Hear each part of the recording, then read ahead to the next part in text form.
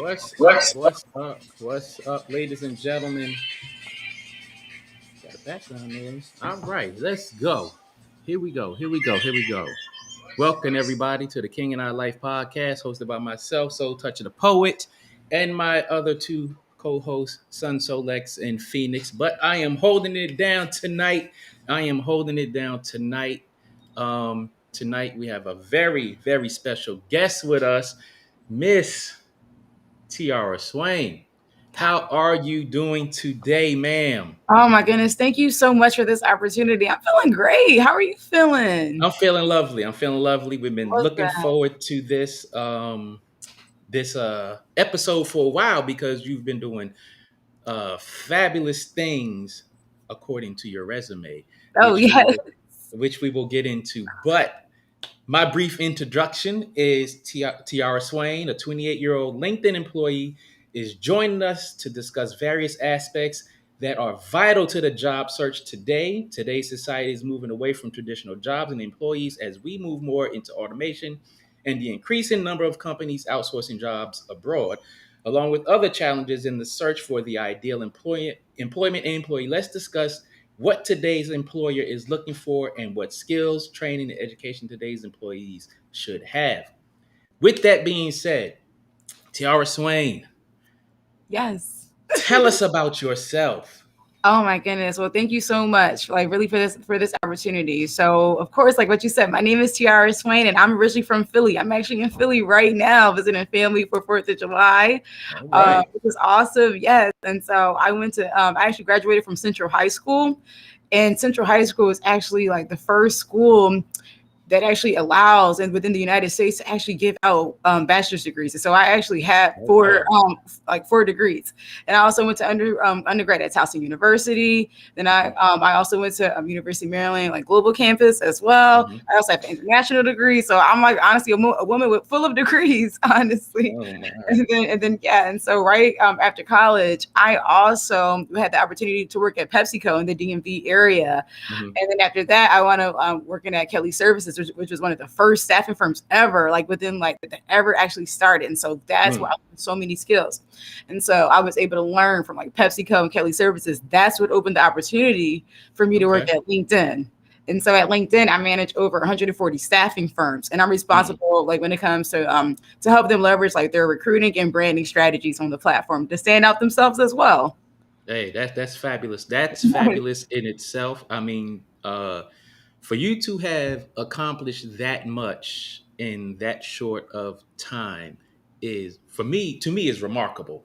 Uh, and I give you all the props on that. No, So, thank you what so much. exactly are your degrees in? Okay, so that's a good question. So my first one is in Spanish. I have another Okay. one that's in international business. And I also had a minor that was also in Spanish and Chinese. It's just like it's a lot. I also have an MBA that's in management.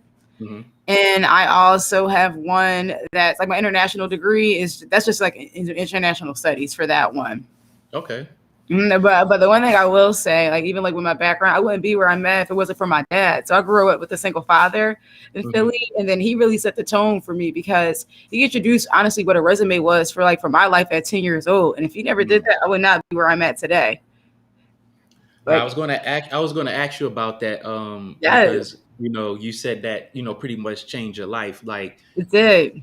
at 10 years old, Yeah. being introduced to a resume, what was your mindset at 10 years old, if you can remember exactly, like, your father giving you a resume, introducing to you, and it's like, me as a child, somebody give me a resume, I'm like, what is this? Like, Yeah. what were your thoughts? What were your feelings? Well, what I'll do is I'll actually break it back. So, like, all of this happens that we used to volunteer all the time at the Special Olympics, at homeless shelters.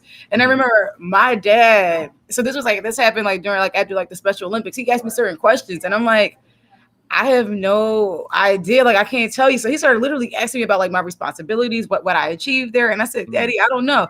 He was like, you don't know what a resume is? And I said, when I looked at it, I said, a resume? What do you mean? And so that really was it. And I mean, like my father, like he bought me a laptop that day. It was just awesome. And I'm like, wow, like this really set the tone. Because I asked my father, it's like, hey, because I already knew at a young age how just competitive life is, like in Right. school, sports, like all of it. And I asked my dad, I said, hey, how am I going to stand up? He was like, you need to start getting internships. And so I was able to graduate from my undergrad technically with a few years of experience. I had internships back in Wow. high school, in Wow. college. Yes. That's Mhm. that's lovely. Yeah, it definitely set the tone for sure. Yes. Wow. So, other than that, what other hobbies do you have and other goals and aspirations? Okay, well, okay, so I will say I love to cook. I run track all the time. Mhm. Well, now it's a little hot, so I actually walk with my puppy Waffles, who's here. He's finally quiet. Oh yes, here he is. Oh man. He's finally laying down now. But I know, like one of my greatest aspirations is that I really hope that God, like literally, like blesses me with the opportunity to win a Nobel Peace Prize. It's like I want to have Mhm. that much of an impact on the world. I really Okay. do. That's really really good. So, what is the journey like to even be considered for a Nobel Peace Prize? Like, how do you get recognized? How do you like pursue that? I mean, honestly, like I already have my own plan. Even if I'm like 89 years old, if I still make it, I'll be so happy. Even at like 89. But really, like on the road to that, it's going to honestly take time, and I really want to really make a big impact. And I know when I actually launch, because I'm launching a 3-part series to my workbook, I know that that's going to Okay. really help. It's really going Okay. to change so many lives because I'm going to make it affordable as well. Right. Right. Right. Yeah. Right. So, you're doing this workbook. So definitely throw the name of the workbook out there so everybody Yes, can be looking like, out for it. and I love it because it's literally a part of what we're talking about now. It's called like how to leverage your brand to land your dream role. And the Mhm. first part will literally be for me to just share like these job search strategies to Okay. really stand out to get to the interview. Okay. All right. Cool. Cool. So, talk to us about your company, Swain Solutions. Yes. Okay. So, well, one thing I will say when it comes to Swain Solutions, the first time I actually launched my business back in 2019, it was out of frustration. I was so unhappy where I was working at in Atlanta. And it Mhm. was a big flop. And I realized I'm like, okay, yeah, this wasn't on God's timing. I'm a firm believer of that. But when I actually did it, I'm like, okay. So like when I actually really launched like this opportunity, because I actually had it called like opulent consultant. It was such a big like mouthful and all that. And it really wasn't Mhm. personable. What really was the hardest Swain Solutions was that unfortunately in 2020, I lost 6 members of my family. Right. You know, Sorry part to of hear the that. like, oh no, it's okay, it's all right, because I know I had a great relationship with them. But I know my Uh-huh. grandparents, they were honestly like the first entrepreneurs in my family, well, which I was Mm. alive to see because my grandma's her parents, they actually they were like a part of like the Marcus Garvey movement back in Jamaica. Oh, okay. Yeah, Okay. but within Philly, yes, I saw that. So like my grandma, she was an accountant and my papa was a printer, and so I saw that. So Mm. like, every day when I would go back from like, elementary school, I would just Mhm. go over to like to their shop. Is that what we call it? I used to walk there from their house. It was only a 2 blocks away, like a 2 block walk. So it Okay. was cool to just see them make an impact too within the community. Oh, that's good. That's I mean, so far it sounds like you've been nurtured in the path that Yeah, that you're it's like in. Yeah. so, and it's like for me, like I love making an impact. I'm also part of Zeta Phi Beta Sorority Incorporated, and Mhm. it's just I have so much love, like just giving back to the community. It's Okay. like when I launched like this business, so like Swain Solutions, this is a consulting firm that Right. specializes in business development and career coaching. Really, like, Mhm. and that's what it is. But I remember one of my first clients, she cried to me and said, "Hey, Tiara, you helped me get benefits for the first time." And she was Wow. actually a domestic violence survivor. And when I Mm. tell you, like, you can't put like I don't even know how to really describe it. Like it was just so amazing. Like it was Mm. like, and I'm realizing like, yeah, I want to do more of this. I want to have this type of impact. Okay. Yeah. Yes. So, what other organizations or types of organizations that do you work with? Because you just mentioned, the young lady that you're talking about is a domestic violence survivor. Yeah. So yeah, so I'm a part of a few. I'm also a part of the National Black MBA Association. I'm a part of like a few things as well. And then also at LinkedIn, I'm the community partnerships lead out of the Chicago office. Hmm. And I'm in the Black inclusion group for them as well. And so I'm always again giving back to the community, whether it's internally and externally. Okay. Yeah, it's just like fostering like that type of like fellowship. Yes. Okay, that's good. That sounds really good. All right. So, let's jump into something. Okay. Let's discuss job searching, job hunting today compared to 10 years ago. Now, I Yes. know at your age, job hunting and job searching 10 years ago is not even on your radar.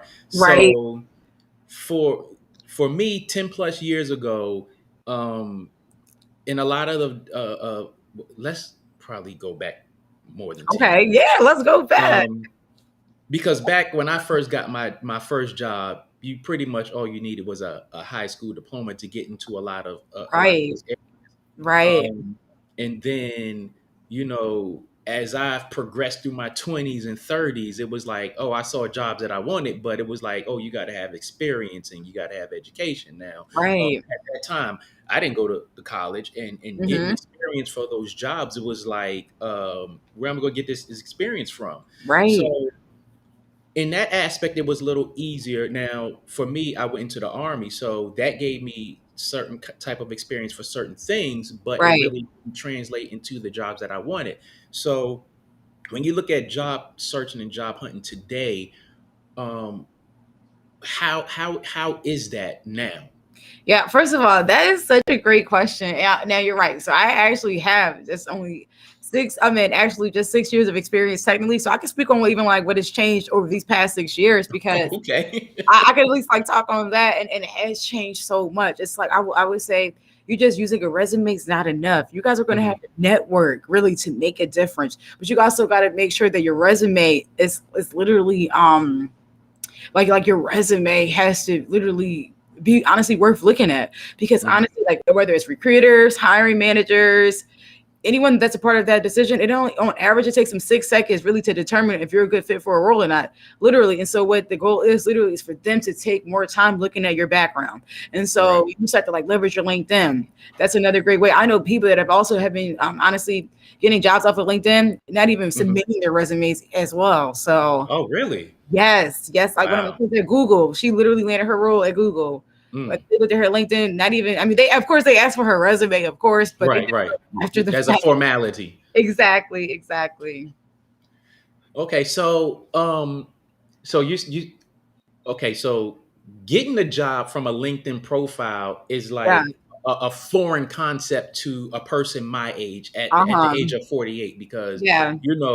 LinkedIn and all this social media stuff was not even around. And Right. um the first time that I ever wrote a resume, it was like, all right, well, this is what I do, this is what I've done, and we didn't have computer softwares that that you put your Right. resume in and it picks up keywords, this, that, and the other.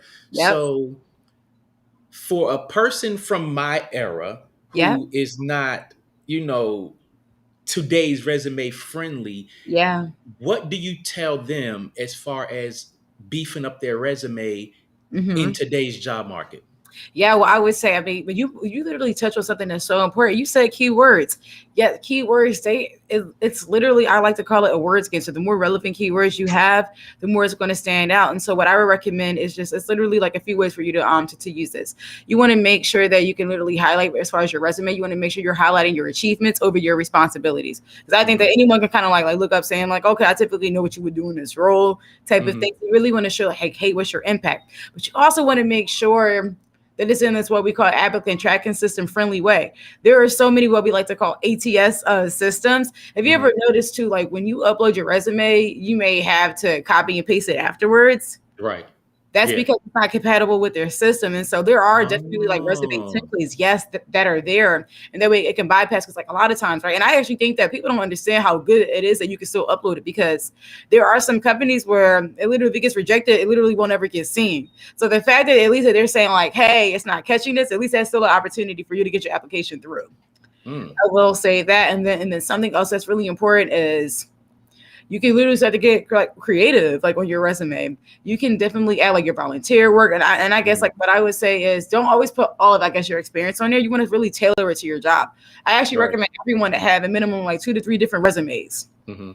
And I would say definitely one, like keep one in a Google Drive, and that way you can kind of like pull from it. Right. And Yeah. then another one is where you can literally tailor from like those job roles. So I would recommend just reading those job descriptions and adding it on, of course, to make it applicable to your own experience, if that makes sense. That makes a lot of sense. And you said something that I in my resume history that I did not even think to do because Hmm. I only thought to do that in my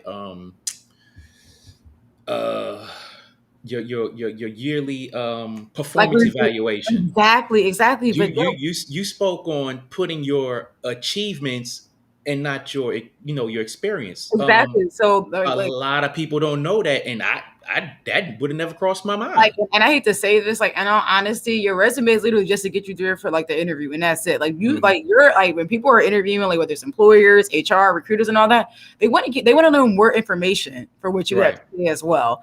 So that's why it's so important. I will also say, like a lot of times people they may not like really quantify the resume. I have a little saying that's called like quantify if you want to qualify. And what Right. that means is like every each part of your resume, you should literally have two at least numeric like types of figures, whether it's a Right. percentage, dollar figure, X amount of maybe people that you've worked with. And Hmm. it's all about that. And it's like if you think about it, you want to make sure that, and I always recommend literally go line by line.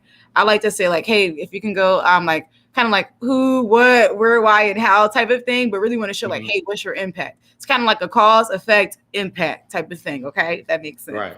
Yep. So Lisa says fantabulous information. Thank Oh you. yes. Oh, hi Lisa. How are you? Yes. So jumping back to the job market today and job market yesterday, Yeah. um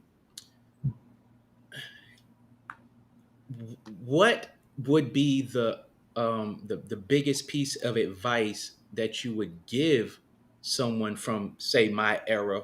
Let's say they have a whole bunch of experience but Right. they don't have a college degree or anything like that, but they can be seriously considered for the job. How would you Yeah. I would instruct them to say attack that? like I would say you need to always have your pitch ready. And I would say you need to make sure you tailor your pitch too, because what you're going to say to a CEO, maybe of a company, will be different from what you're going to say to a hiring manager, and what you're Right. going to say different to someone that's in HR. And what I mean is, in terms of like a lot of times when you get like maybe that first initial interview, you want to talk about, hey, about maybe like how's the company culture, Hmm. talk about maybe like that volunteer experience, because guess what? You want to think about in terms of saying like, hey, like why should we hire you? In a sense, it's like they want to hire leaders. Okay, Right. don't even just give them that like generic answer. Like really take the time to like really like learn that company and all that. But what I would say is if you're talking to a to like maybe like a manager who may be literally your hiring manager, like that's direct Hmm. supervisor, you want to talk about saying like, hey, you have X amount of years of experience. Go ahead and throw out literally 2 to 3 top skills, and then end it with an impactful statement. So I know for me, a part of my like Tailor pitch is that, hey, like I have 6 years of experience as a consultant cultivating relationships, Hmm. literally like exceeding my quota, because I'm in sales. We know quota is definitely a very key Right. word for Right. that. And an impactful statement is that, hey, I can make you $1 million.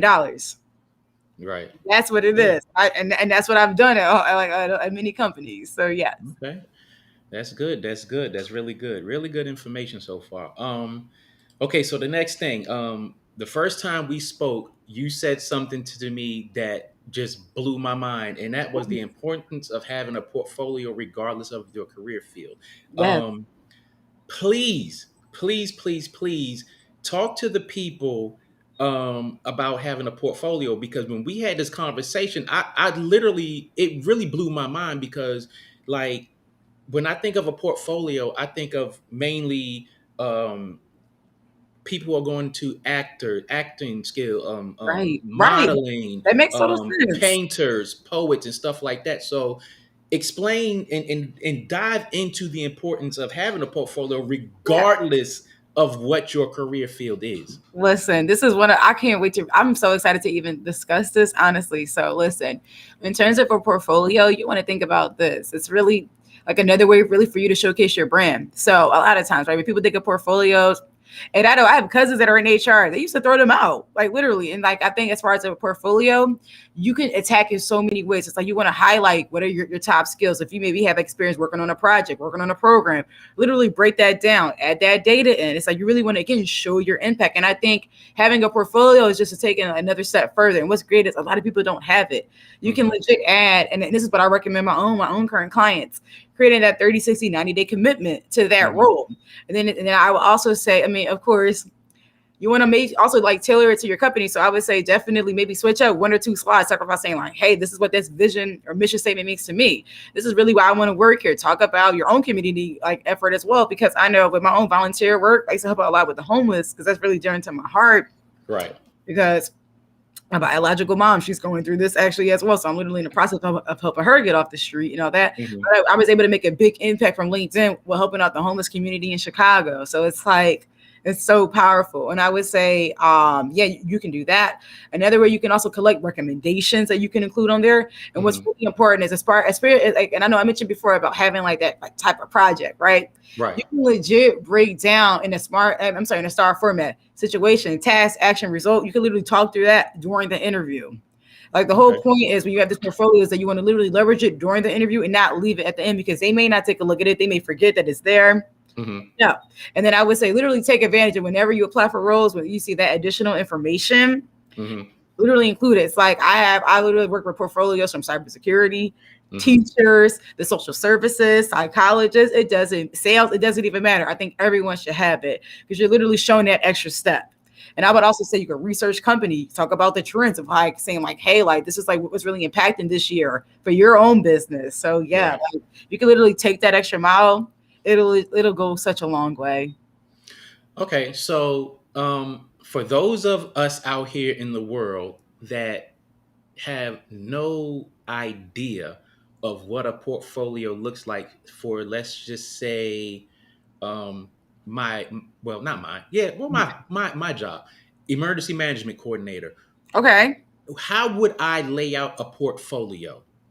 Perfect. So what you're going to do is, well, first, you can definitely include your contact information. You can talk about as far as like what are the top skills, and I would say definitely tailor it for the role that you want. Okay, so this is like why it's really important, just like your resume, to tailor it. Okay, so if you're ever going for like a future role like this, or even like for like a similar role, that's perfect. But if not, again, just like tailor it off like what those future responsibilities will be, or if not, you want to make it transferable. So I would also say maybe like talk about, I would even include like a one list of all your career accomplishments. Legit, right. You can talk about that, saying like, hey, like X amount of maybe ways that maybe you were able to resolve issues, if you were able to save money, if you were to improve efficiency, all of that. Include definitely like 5 to 7 strong points about yourself, because guess what? I think everyone, it's not even bragging, everyone should be celebrating themselves.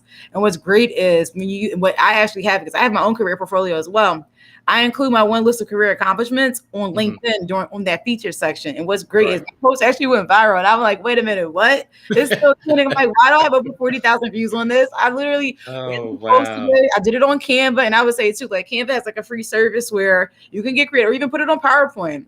Something like that. But I know that it's going to stand out like as well. You can even include like a video, maybe like a video like introduction or part of like, because you can also digitize it. This is definitely like a very like modern world. You can do that. I would also again like recommend creating that 30, 60, 90-day commitment of what you'll have. So like a 30, 60, 90-day commitment looks like whether you're going to take time to learn the role. I would say also network with them maybe like those next 60 days, and then you're going to execute it. Because what's great is you can legit, even like in terms of your performance review, you can literally show like, hey, like I achieved this in my first 90 days as far as like that impact into the organization, into the role. Okay. Yeah. Yeah, that's good stuff. So the last thing I want to ask you about portfolio, how let's just say it's a physical portfolio or even a digitized one.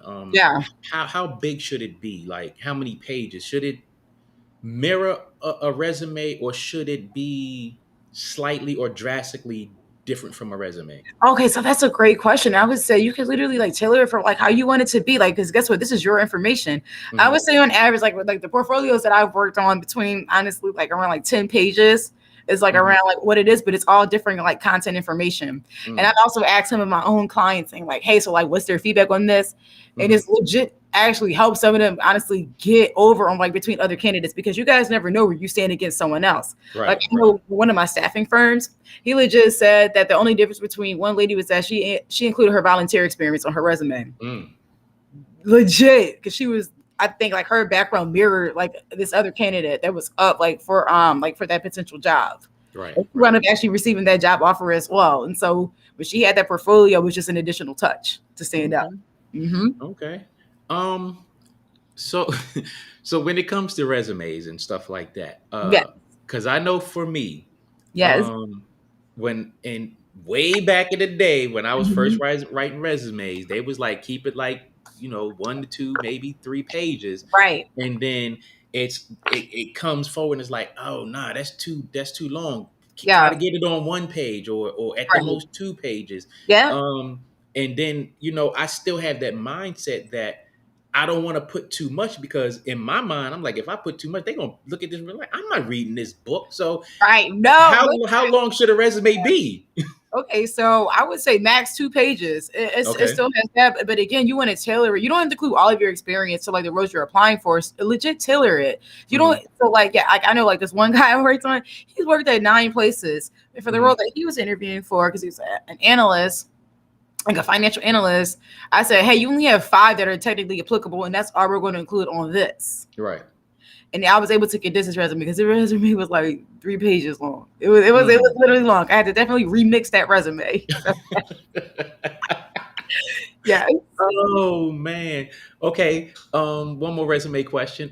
So you saying you put your achievements in there. Yeah. So should people move away from listing their previous jobs, and or should they put their achievements in all their previous jobs? How should that look? Oh, so I would actually say you could literally combine it, and so you could take a look. I would encourage you guys to read that job description and then turn it as far as like an impact. So I know, like for example, I know like so like for me, I have to manage like again, I have to manage a lot of accounts at work alone. And what I'm saying is saying like, hey, like I'm able to build rapport. Like that's part of my achievements with all of them, which is not easy at all. And I was Right. able to, and I was actually able to save a lot of relationships as well Wow. from doing that as well. So yeah, like and I would even say like to tell people like don't even be afraid of it, because I know it's like it has like a big stigma, even like LinkedIn as well.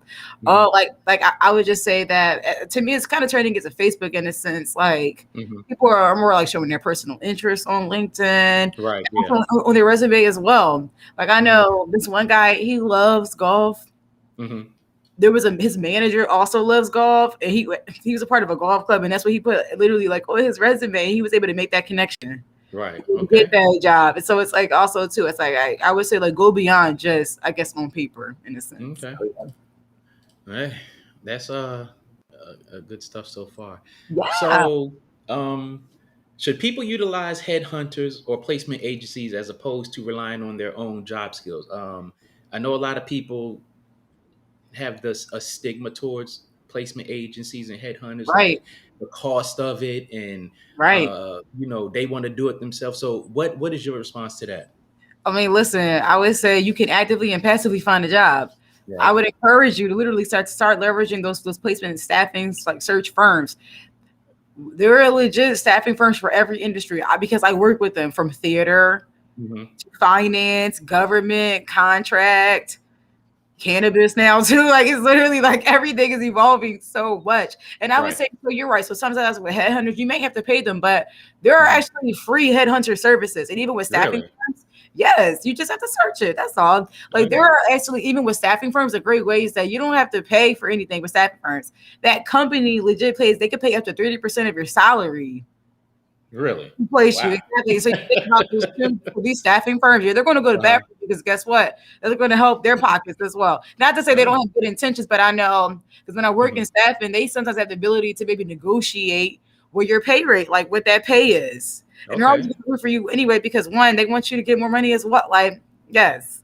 Like we're also at like at a time where a lot of people are also recognizing thanks to COVID. I know COVID, I would say it's been a nightmare and a blessing, I guess, in disguise because it's really opening up people saying like, hey, I don't have to stand for this. if you're not happy in this like toxic work area, like no. And I would encourage you guys. I mean, I don't want you guys to, of course, leave your current situation and Right. all. Like let's not make a hasty decision. But I'm saying let's put a plan together for sure. Right. Right. Because Right. we all deserve better. We all deserve to be happy. Right. Definitely. Definitely. Yes. To the audience out there, if y'all have any questions for Tiara, please drop them in the comments, or if you want Yes. to call Oh, in. and one more thing I want to mention this is when you have staffing firms, like we have the large ones like Randstad, Adecco, and all that, but you also have smaller ones too. Like some of my staffing firms, they legit compete for the same contracts at Facebook, Coca-Cola, IBM, like a lot of these big companies too. And then one thing I will say is, they also have different types as well. They have diversity. We have women owned, like there's so Christian, like you name it. Wow. You name it. So I would say don't be afraid. But what you're going to do is when you are applying for maybe roles at staffing firms, you can go ahead and connect with those recruiters on LinkedIn because that you're going to stay top of mind. Okay. Okay. That's some good information. Oh yeah. Hey, everybody out there. Hey, I hope y'all taking notes. Take notes, and definitely watch the replay when it's after this is over, because this is some good information. I'm so excited. Like I love your podcast. This is all thank you. Like I love this. Yeah. You said Adecco. I used them a long time ago, and I forgot what the name was before it became Adecco, but yeah, that was back in like yes, but and what's great is they've also evolved too. Like just meeting like the types of staffing. I actually had a client like a consultation today. She didn't know that they were like education staffing firms exist. I said, you didn't know they exist. And I'm not saying not just substitute teacher. I'm saying like higher ed. Really? Like yes, they all. Oh my goodness! I said you don't know this. I sent her a list. Oh wow! I found 10 of them. I said you can go ahead create those profiles in all 10. Have fun, but yeah. Interesting.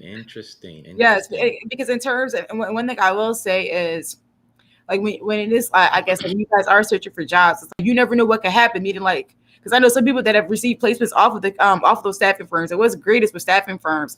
Now, a lot of times I think it has the stigma, oh, it's just contract work. Like, no, a lot of it, majority of it actually is direct place. Like it's what we call direct hire, full-time work. Definitely. Yeah. Yep. Yeah, I've been through, like, I used Adecco, but I think it was Audia or something, whatever it was before it became before they merged. Oh, gotcha. So I mean, I did work with a couple that they offered direct hire, or you had to work 3, 6, 9 months or whatever the case may be. Yep. Then it converts. Yep. Yeah, then it converts over. Just contract to firm. Yep. But one thing I know, and maybe you could speak to this a lot. Some people may get frustrated with the pay that they get while they're with the staffing firm, and they know the company is paying the staffing firm, and you probably get a difference of what that pay rate is. Correct. How do you get people to look at the bigger picture when it comes to that? Okay, so here I'm going to be honest with you. So when it comes, and this is what I learned at Kelly Services. So what I learned was when you have contract, there's a lot that goes into it, like unemployment, Medicare, labor costs, like all of that literally are factored in. But when you have direct hire, it's not like that. Like meaning, and I also want to mention this too. When you're, I guess like what's great is that, as I mentioned before, like they're not going to take a portion, like meaning you don't have to pay that out. Like the company does that. Right. So that's what I would say. So like remove from that stigma. And the reason why I think it's also important for people to start getting these relationships now, because guess what? These recruiters and all that, they're not going to be at these same staffing firms. They may be literally working at your dream company one day, maybe like the Microsoft. So it's literally important for you guys to start literally cultivating these relationships now. And just like any relationship, friendship, do you think you can establish that connection off of just one message? Right. Exactly. So it's like you literally are honestly like sowing your seeds now. And then I would say, if you guys know, like, I mean, if it's like the dream company you want to work at 10 years from now, you can literally start laying the foundation now. Start getting these connections now for your own future. So, you mentioned following them on LinkedIn or whatever social media thing that they're on, job related. You mentioned staying in contact so you just stay at the top of their mind. What is too much when it comes to reaching out to them? Okay, listen, I get this all the time, bro. I work at now. I have people from all over. So like, I guess like a lot of times when people reach out, they always kind of like reach out for like what they want. And I hate to say it, sometimes it leaves a bad impression. Like moms, it's like you haven't built the time to build rapport. I know there was a girl, so I posted my puppy Waffles one time as a post. She legit said her saying that she has a multi-food too. Like I have a multi-food. His name is Carmelo. And I Uh-huh. said, oh my goodness. And that we literally like our energy is kind of connected. I'm like, wow. So she actually spent time to like learn more about my own like story, about Oh, my own okay. career journey. We were able to be like to do that. And then I was more than willing to literally help her. And then also too, I'm gonna say people love talking about themselves. All right. Come on now. Right. They do. I'll Right. be honest with that. But it's like what I think is when you start to like kind of like shift your perspective, Hmm. it's like I just know I get like a lot. It's just really crazy how like people are kind of like sometimes people get how do I say this? They feel kind of like entitled to like getting like some information out of you, and it's like Yeah. you don't have to do that. So yeah. Right. Yeah, Right. so I would say definitely be mindful. And if you think about it, would you be receptive to that? Saying like, yeah, can I get this? Right. Yeah. Exactly, I, exactly. I think that that has been a stigma with a lot of people, regardless Yeah, of their age group. But yeah. I think, well, not think. Let me ask you this: do Mhm. you feel like job seekers today have more of an entitlement mentality, where they feel like you have to get me this job, as opposed to them coming in saying, you know what, I need to put my best foot forward and show them that I deserve this job. Oh man, that's such a tricky question because I think it's really I think for really with that answer, I think it really depends on the individual because Hmm. you have some people that have like these like different backgrounds and all that. So I know for me, like having that foundation with my father literally taught me about the importance of honestly like building those real relationships. Hmm. About like yeah, and so I know so like I know I would never like actually like go off. It's like me like going off to kind of like going asking Google CEO saying, yeah, I need to get this just because I deserve this and all that. Like, no. Right. No, that's not how that works. And it's also important for you guys to think about what are you going to do to stand out? Like, what is literally your own value proposition? Hmm. And what I would say is be yourself. Legit, be Hmm. yourself. There's no one like yourself. And Right. also Right. people Right. can kind of see through that too. They really can. They Mm. can. I know like a lot of times when people are trying to be nice to me and all that, I'm like, no, I see through it. It's okay. You can be yourself. It's just me. It's okay. So yeah. Okay, so people get bored at their jobs. Jobs get stagnant. With COVID, a lot of people are in this situation to where it's like, I done that for whatever Right. period of time. I've been working at home for the last year and a half, and I see that I can do my job from home.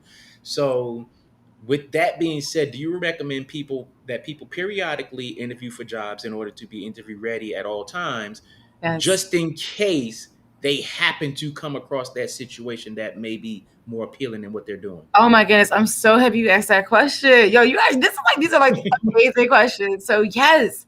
I think it never hurts Hmm. to always to really refresh your skills because guess what? A lot of people don't know is even like on LinkedIn, we're going to start to literally introduce like video interviews as well. Okay. So like if you're starting to apply for jobs now, people can start to ask him like, "Hey, can you give me video responses?" So even that, I would Hmm. say you guys need to be ready at all times, and also you guys should be updating your resume at least every 6 months. Make Mm. sure it's always updated Right, right, all right. the time. And I just think it never hurts. Like it never hurts. And you never know. Like you might it's like I think it would be good to gain experience off of it's a one-on-one interview, a panel interview, one of those just like video, kind of like user in type of things as Right. well. You're just speaking, telling the answers, things like that. So yeah, it never hurts. And I think I encourage it. And what's great is you just don't have to accept the offer. Like Right. that's literally it. Yeah. So yeah, so win-win. Yeah. Because I know in my a lot of my jobs, I was working at some places, and it was like, I know well, a while back, I would switch jobs every 2-3 years, And that's just okay. because. Yeah. But I never had the mindset of, I need to be interview ready, and just in case. It was just, I was like, all right, Um, I'm bored with this, I want to go do something else. Okay, But so listen, I had to give you a transparency moment. Okay, so I will always remember. Oh my goodness, the first interview for like this internship that I had out of college, I bombed it. really. I didn't take the time to really research it. I felt embarrassed afterwards. But Hmm. honestly, if I didn't go through that, I would not have like really. I wouldn't know how to prep for the Pepsi interview. What I had in college, like Mm. I originally when I went to Pepsi, oh my gosh, when I went to Pepsi, that first interview, and I did not get the role. I did not get the role, but they Uh-huh. literally kept my resume in the system. Oh, Like really? when I say I was so thankful for that HR manager, Wow. like I see what she was doing because first of all I didn't qualify because they wanted Mhm. like 4 to 5 years of experience. I'm like, I'm still in college. What do you mean? But it was great. The first interview, 6 people interviewed me. They were like sharks. I said, what is it like, say what? Uh-huh. So but what I also think is like it was definitely a learning experience. And so now I know like when you go on interviews, it's important for you guys to like don't ask like these like generic questions. Take the Mhm. time to research and get very specific. Like talk about saying like, hey, so like where are you guys standing at with your like, I guess like with your competitors? Look at what Mhm. those current events are. Take a look at what the current CEO has done within like the last 2 years. What changes are they making? Mhm. There's like I guess like there's so much. And I also think even like in terms of I know we haven't even like touched on this because this isn't even about this, but I just think we should touch on like salary negotiations. A lot of Yeah, times, definitely, definitely speak about it. I just think that everyone you should already know what number before you even have before you have the first interview. Because sometimes they may ask like, "Hey, what's your salary range?" If you ever Mhm. get to that situation, you better put it back on them and say, "Hey, what's the typical salary range to work at your company in this location?" Because sometimes location matters. But I would say you Definitely. should already know that number because you want to make sure that they're not going to lowball you. Okay. Now you ever Right. get into like that chance, and of course, and like know that number, but we have different sources where you just again they got like salary.com. It's just like I guess like different salary resources in order for Right. you to Yeah. search. Glassdoor has that available as well. Because a Mhm. lot of times, just in general, people I just think that when you throw out a low number, they're not gonna tell you that is too low. You're actually literally saving them money, okay? So yes. Yes, no. And then I hate to say this, but no, I don't hate to say this. I also encourage you to just think about this. When someone say, "Hey, how much are you currently like earning?" Think about that whole package. Think about the 401k. But what I'm basically saying, you Yes. better say a higher number than what you are because if you think about it, think about like the PTO. Think about maybe Mhm. tuition reimbursement. I think like a lot of times, like don't forget to include that as well. Okay. So what I'm telling you is, Mm. please say you're earning a higher one because that's technically what it's worth. Yes. That's interesting that you brought that up because that's something that I never ever factored in as far as PTO Uh-huh. and bonuses and Mhm. stuff like that. When Yes. when when when I looked at when I put on salary or when I think salary, um what I think of is what I bring home, Mhm. my gross pay. I don't think of anything else. Yes, So exactly, exactly. when you're talking about this and you're instructing people to do this, Mhm. um, um, when when you have them negotiate their salary, Yep. what low number do you tell them to what is the lowest that you tell them to go? Do you tell them to base it off what they bring home, or do you tell them based off of the entire gamut of what they can make? Yeah, what I would say, of course, you better make sure it's more than like that median. Of course, definitely go higher and think about Right. your experience. And it's like if you think about this, when I think, and I'm gonna just can I just call you so? I'm gonna just call you so. So Yeah, go listen, ahead, go ahead, go ahead. listen. So listen. I would also say think about this number as saying like how much does it cost to replace me? Okay, when you start to kind Mm, of change your perspective like that, then you'll know. It's great. I will. And then if you think about this is why it's so important for you guys to always, of course, like never accept that first offer. It's always important for you to negotiate because guess what? Literally, it kind of sets the tone because sometimes if you get promoted, if you get voted, like not even like I'm sorry, like promoted and all, sometimes it goes off of like a percentage. And so I legit like I read this article and it said like, hey, like when a guy negotiated, like he wound up earning 10K more hmm. overall, he wanted like generating like almost 400K more throughout his lifespan, Right. more versus the someone like and this is again like versus like the other employee that didn't do anything. He just Right. flat out accepted it. So Mm. yeah, yeah, Um. like it's so that's why it's so important. But I would say I would say of course like at least like get at least like around like the median, at least like the average, like never go lower, never. Right. Right. Right. Never. Right. And if you think That about this too, the cost of living goes up every year. without a doubt, it is no doubt about that. Yes. So when you say don't accept the first offer, Yeah. how do you convince someone not to take the first offer when, let's just say, they're making Mhm. $70,000 Yep. and they apply for a job Mhm. and they slide them a piece of paper, and that piece of paper got 95,000, and they looking at that like, whoa, that's Right. No, no, no. Right. I'm going to be honest with you. Employers actually expect for people not to accept the first offer. They legit expect that. But a lot of times mm, people may not. Like they may right, not. So I would say you can slide it on back and let's do like 105 or 10, right, 101, that type of thing. Yeah. And then, mm, and then also, too, it's like when you, in terms of negotiation, you guys can maybe negotiate your start date. mm, I yeah, know someone that was able to negotiate extra tuition reimbursement. You know, you okay, can negotiate vacation days, negotiate maybe stock or equity within the company shares. So there's definitely ways around it. Meaning, like, so you may not be able to yeah, so you might not be able to like, meaning if you can maybe like negotiate maybe that monetary figure, you can right, always do something else. And I would say we never, again, like, just in general, never take that first offer. And if they okay, really want you, and it's mm-hmm, crazy. So like one of my clients, he was actually interviewing I'm at a really big tech company. uh-huh. And when he gave him that figure, they were so quick to say, yeah, this was in our range. I looked at it and I said, range? I mean, you could have went higher. He was like, wait, I could have. And I said, yes. Oh Because when they start wow. giving you pushback, that's when, okay, you kind of get to see like, okay, yeah. So this is like maybe I might be not be able to go over that, but yeah, no, I was so upset. I was so upset. Oh wow. So Sun Solex has joined us. But before we bring him in, Thaddeus has a comment. He says, good stuff today. Thanks.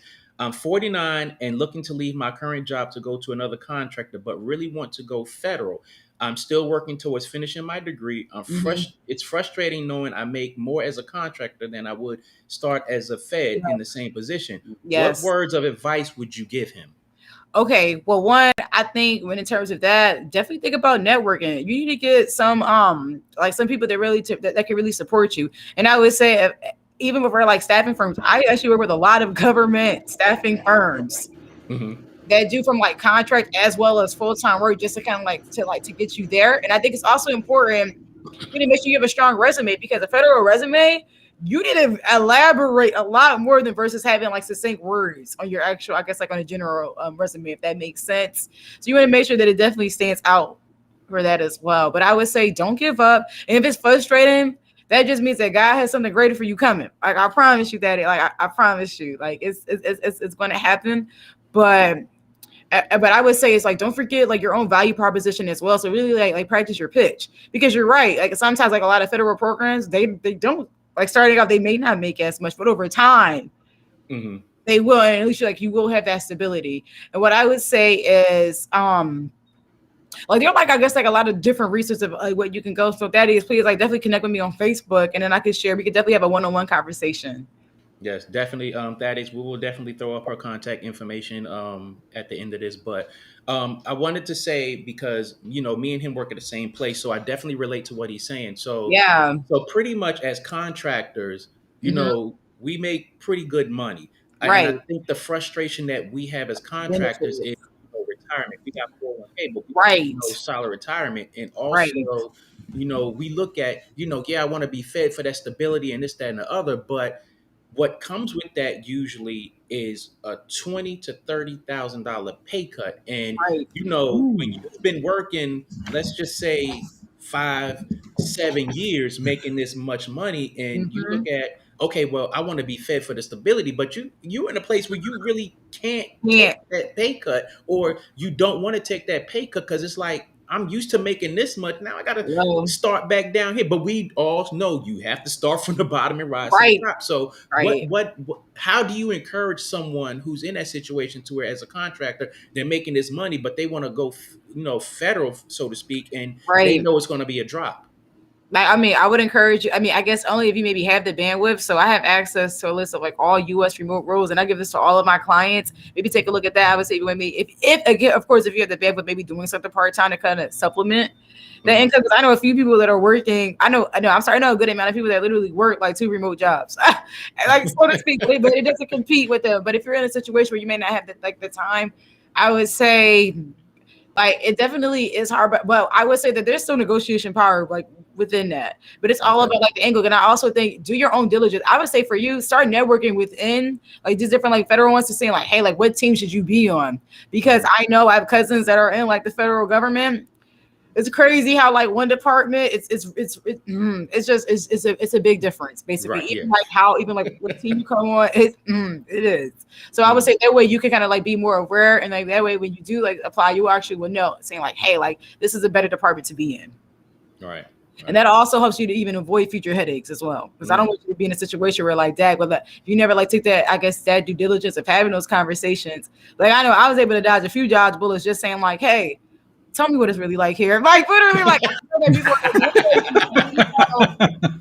up? Like what's up? What's up? And I wouldn't do. I would literally like legit keep it real with you. So yeah. Wow. Yes. Well, Sun Solex has joined us. What do you have for us, my brother? How are you? How are you? I'm good. Sorry for coming in a little bit late, but I just got out of class, so I'm in here. And thank you, Miss Swain, for coming on. We appreciate it. Son is so. I was just gonna add to the conversation, or this part of the conversation. I have a friend of mine who she worked at a university, and actually my wife's friend, but through association. But anyway, she basically is very technical, with her job, and due to people knowing people, they brought on another person for her position. They're about the same as far as experience, Right. but again, sometimes it's not about what you know; it's who you know. Correct. So anyway, she trained this person, to help, bring them up to speed. And then a promotion came up No, I don't. I know above, you're about to say just that. above her. So again, they gave it to the person she trained. Oh So gosh, that's terrible. I mean, she was heartbroken, very disappointed. Like, how can you do this to me? And I've been here Right. all these years. I've been the loyal one, and now because of you knowing this person, you give this person a position. Yeah. So she kind of outsmarted them, though. What she did was she went and found another position. Love it. I was going to encourage her to do that actually. Yeah. Hey, yeah. So she got that position, but she's currently holding on to her first position because it allows her to work from home. Wow. So Oh, okay. she's kind of, I mean, I would encourage working the her system, write as out they a list say. of like just like pros and cons for each role.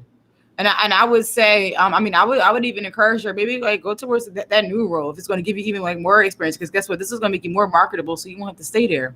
Honestly, you can go somewhere else. That's what I Yeah. would say. Yeah, yeah. Lisa said this type of thing has been happening at her job as well. That's not okay. It's not fair. And I've seen it too. But I've been, I guess, like on like the opposite end where I remember like, well, no, like during like my own like job searches, I remember when I worked at a previous employer, what I mentioned before, Mhm. I remember like, I applied to 10 jobs. I was overlooked each time. Wow. Each time. So yes, like sexism exists. Like it definitely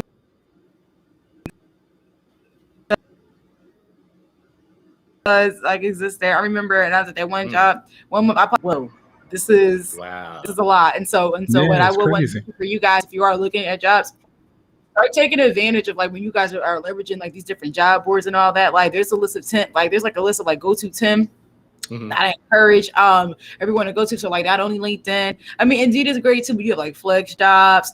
There's like dice.com, like meaning if you are in tech, and I know they also have a lot of federal opportunities there. So definitely that is check out dice.com.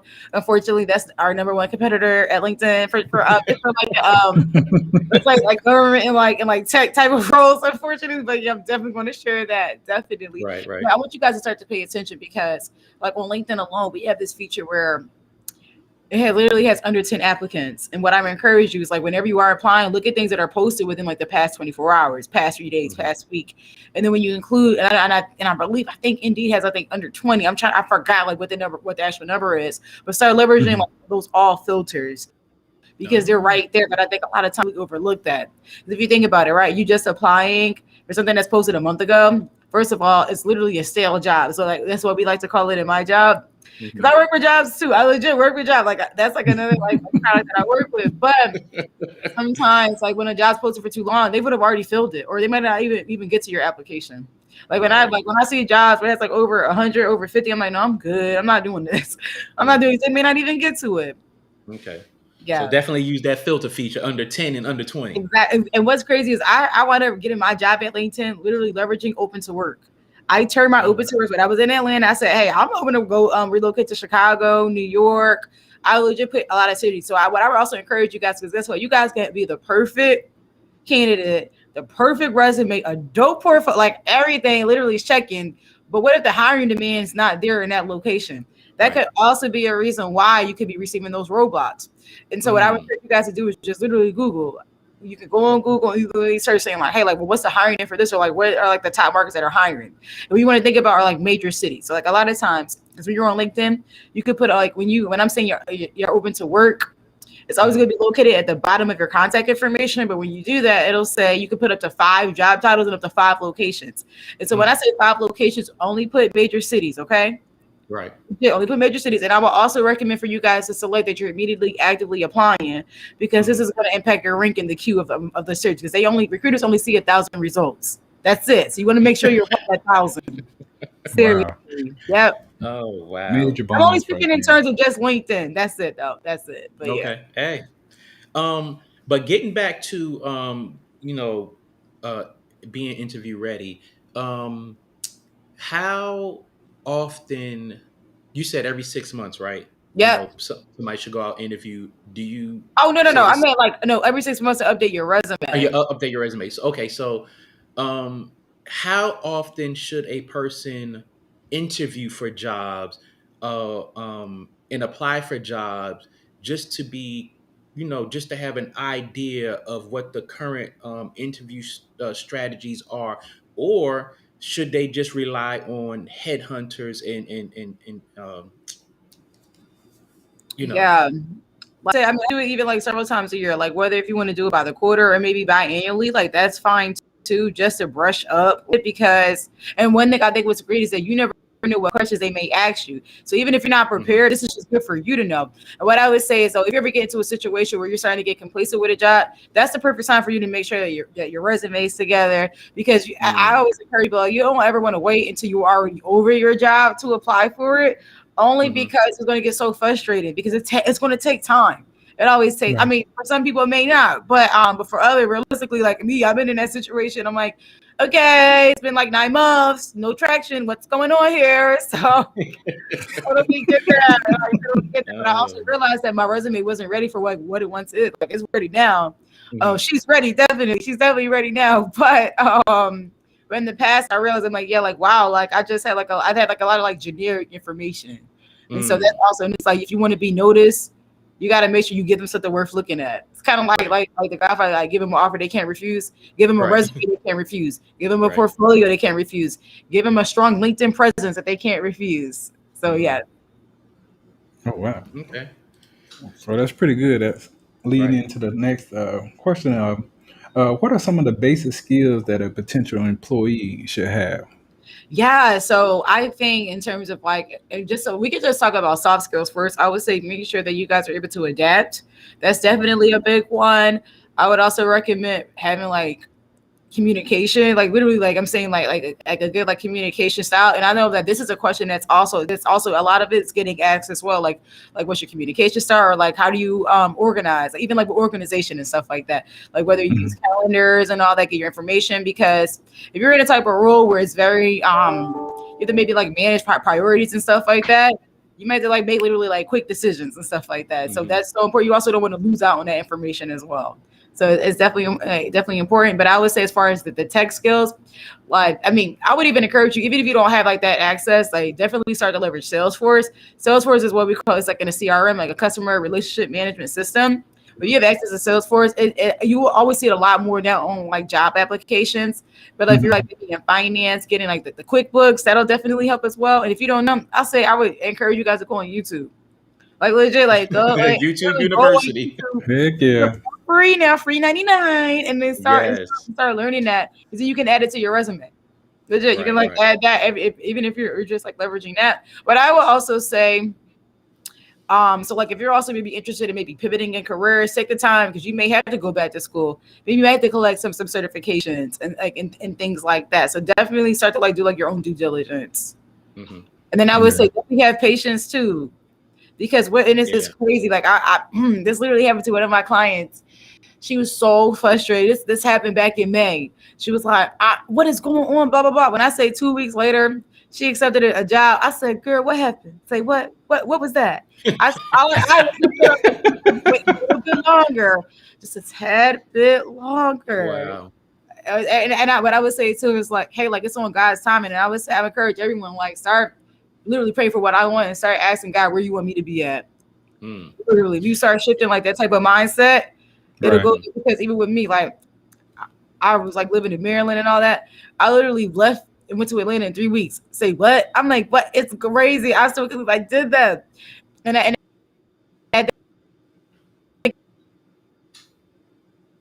the time, and I wound up not being happy at that job. So yes, it was a first decision. I didn't make that decision, I wouldn't be where I'm at today. So because I wound up learning, saying like, yeah, like I don't like this type of environment. Like I will always remember this, you guys.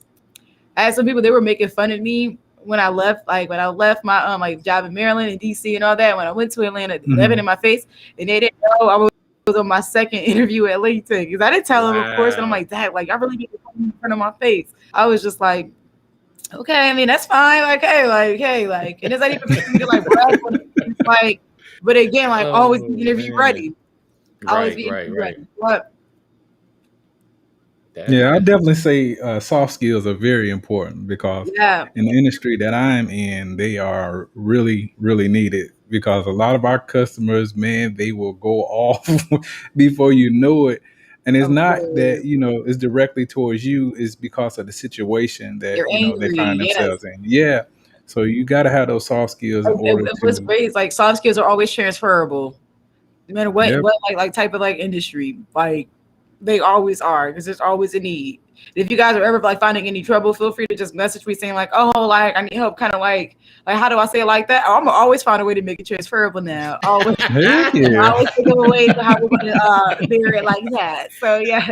Oh man, that's what's up. Oh man. So when you're talking about basic skills, and you said communication,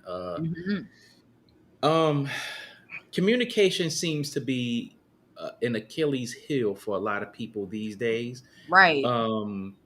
How in your position,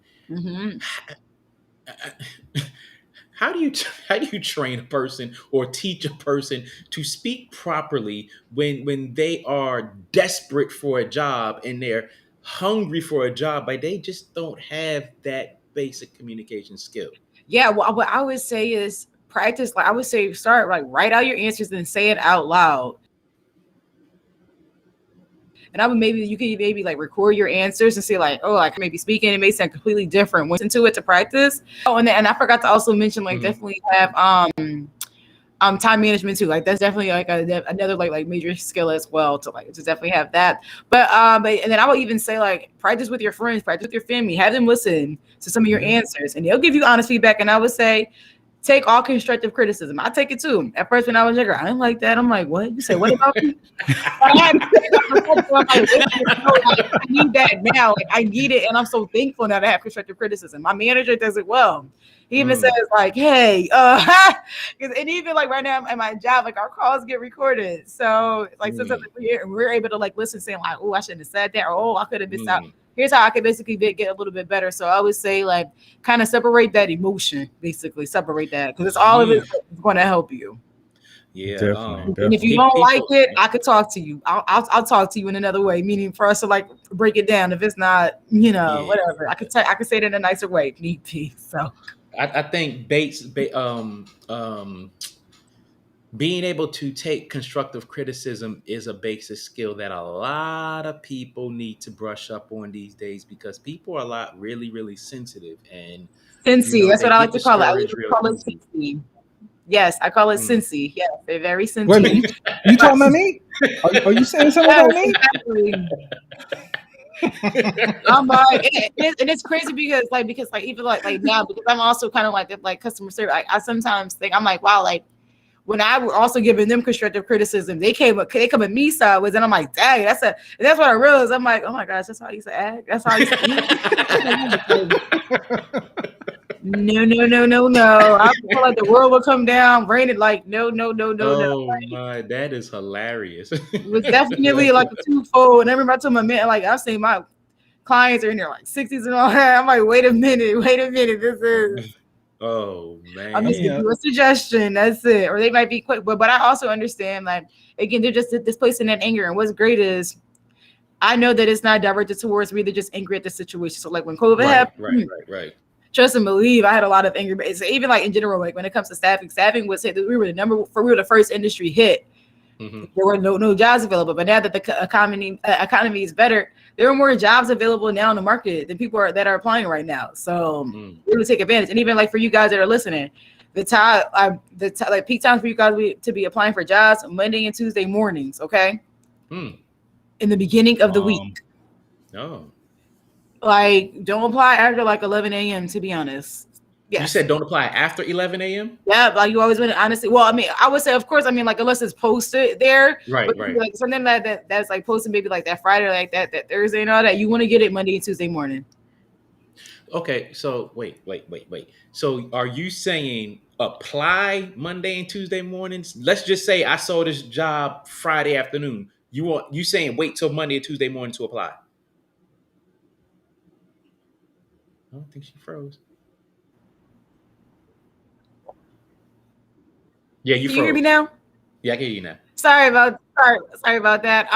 Well, no, I mean, like what I'm saying is like, cause I didn't like all the data from just from like doing my own research. Like those are like the peak times you should apply. I mean, yes, if you see one on Friday, okay, sure, do that. But then I would encourage you go ahead and connect with them Monday morning.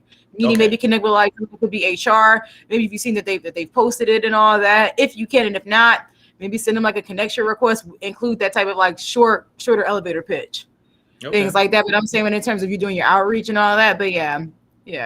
Yeah, and then also too, if someone applies Friday afternoon, like no one's gonna look at that. It's Friday, to be honest. Like, yeah. and come Monday morning, they might purge everything from last week. Correct. It happens. Like it happens. Okay. Yeah, I would say another piece of advice I could give people or recommend to people when you're doing interviews, man, read a lot before then, and I mean read out loud, because that's going to help you, give you your tone down, help you, with your delivery, things along that line. So that's one thing I always encourage, people in general, read.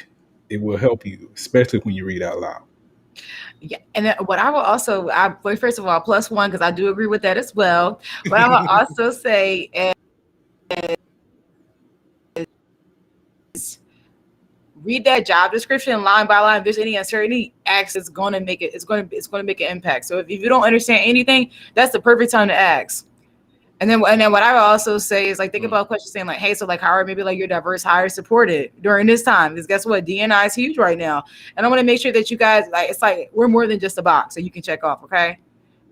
We're more than that. And so like genuinely see that and like ask about that work culture, because guess what? I think a lot of times people forget that you're also interviewing that person as well, meaning like these people, like this company as well. Yeah.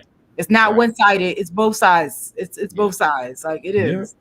It is, if you think about it, you're spending more time at this job versus you spending time with your family, honestly. So yeah, this is a huge commitment of what you're taking on. Yeah, definitely. And you don't want it to be a waste of time. Right. So, in your opinion, what fields are the easiest to enter that provide growth and longevity in today's job climate? Yeah. Okay. So what I can say, like from this, I literally just read an article 2 days ago about this. I literally listed like these top industries, and so they are. Well, I mean, tech and IT is like the number one, but I would say it's not easy. It's not easy to enter, but once you're there, it is. It has a lot of stability. Right. It's also a very lucrative industry. Yes. But also, like what's also there is when you think about like manufacturer, like supply chain, cybersecurity, that's also there. Finance, that's also growing. Education, healthcare. These are like different ways. And if you guys I guess like ever need like any support, like I have different resources that I can share that literally says like, hey, like for someone that wants to pivot into tech, I have like an IT certification roadmap that I can send you. That way, it legit breaks it down from beginner to expert of where you need to have to Oh kind of like wow. navigate that trajectory. Yep. Hey, ladies and gentlemen, those of you that are tuning in, make sure you stay to the end to get her contact information because Yes, yes, she yes. is Definitely. dropping So many things. too many jewels for my bag to carry. Yes, yes, yes, yes. Oh, yeah. And I think it's really important too. It's like if I have all this information, why wouldn't I share it with the community? Like, Exactly. why not? I'm literally doing a disservice, like to Mhm. my like to everyone if I'm not going to share this. It's like a few people have called me, like the LinkedIn lady. Sometimes I'm sharing like all these different LinkedIn hacks. Like, right now, The like LinkedIn everyone, lady. right? Like start leveraging your like that feature section on your LinkedIn. You can add a maybe like an about video. You can like list those career accomplishments and what we referenced earlier during this podcast. Mm, You can talk about if you received any accolades, any I don't care if you guys have employee of the minute. I don't care. Throw that on there. All right, throw it on there. Throw it on there. But you mm, want to just show ways. If you've been featured in articles, you can also add your portfolio, and maybe they can click on that to take it like to open that as well. Like yeah, like I guess like there's just so much of what you can do to stand out. But I would say I encourage you, like, yes, it's a lot of work to make sure you do like have like this right resume. You are doing this due diligence, but I'm telling you, like 10 years from now, your future selves will thank you. Like you like legit, it's like we're literally laying down this foundation. Okay. mm. And what's also great is like a lot of these tools that you guys are learning now, these are legit best practices. And like what happens, it's kind of like a cycle when I work with all my clients. Like if they're Uh-huh. looking for a job, I prep them for the interview, then they get the job. I mean, and then I help them in terms of like their performance reviews and all that. Literally, and I'm also encouraging them to get mentors as well at different levels, because even like having Mm, mentors can make a difference as well. Everyone needs to have a minimum 3 mentors. You need to have a mm, mentor, what I like to call the good, the bad, the ugly. That means that they know if you're failing, you're doing bad in your job. And again, be transparent with your person. They may be able to give you resources if you're doing well, what you need to mhm. work on. And then you need to have a mentor that a few levels above you, but they only know only the good things about you, because guess what? They can mention your name in a room when you're not there. Mm. And then lastly, you need to have a mentor of a different demographic. You have access to that network, okay? And I would highly encourage, especially if it's like a demographic that's a majority in your industry. So we know maybe in HR, it's like maybe like it could be women, like that Mhm. typically like what it is. But if you're in tech, men, like it is what it is. Like Right. you Right. know that demographic, you already know what that demographic is. So yes, Mm. correct. So Yeah. Jeez, boy, you dropping some bombs. yes, Um, yes, yes, yes. And so it's like all this stuff I'm sharing is like I create these like different career plans for all my clients. And mhm. it's a lot of information. I don't want them ever to forget, but I legit create a checklist saying like, hey, this is what you need to do. Be consistent and persistent, and you'll be fine. That's why we are looking forward to your workbook come out. Yes, I'm sorry. Say the name of your workbook again so that it is in their ears. Yeah, so this is called leveraging your brand to land your dream role. And this is just part one. So I'm going to be sharing like my job search strategies. And All when I right. say it's so fun, like I included on there, no, I'm not even gonna tell you what's on there, but it's like Yeah, don't tell them. I'm not We gonna here tell, but enough to no, be interested. Definitely. I make it fun. And I'm actually sharing strategies of what I've learned from like these different job platforms before I even worked at LinkedIn. So I'm sharing these things of what's helped me stand out as well. Yes. I'm just gonna throw this out there in the air right now. When that is published, please let me know because I will. we are going to do giveaways of your book when it's out there. Oh yeah, this is awesome. Oh, and Heck even yeah. like even with this, so I'm gonna create this online so that way people can do it from their phone, do it from their iPad, from their Oh, computer to fill definitely, out. definitely. And that way, because I have like different checklists, and that way when you have like some of your work, you can legit, I guess, use it as a reference. Right. So Yes, yes, definitely.